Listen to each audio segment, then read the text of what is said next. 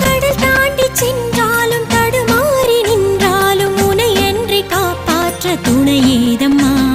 மகமாயி மனது வைத்து மனம் குளிர உனை கண்டு மண்ணாள அருள் பொழியும் நேரம்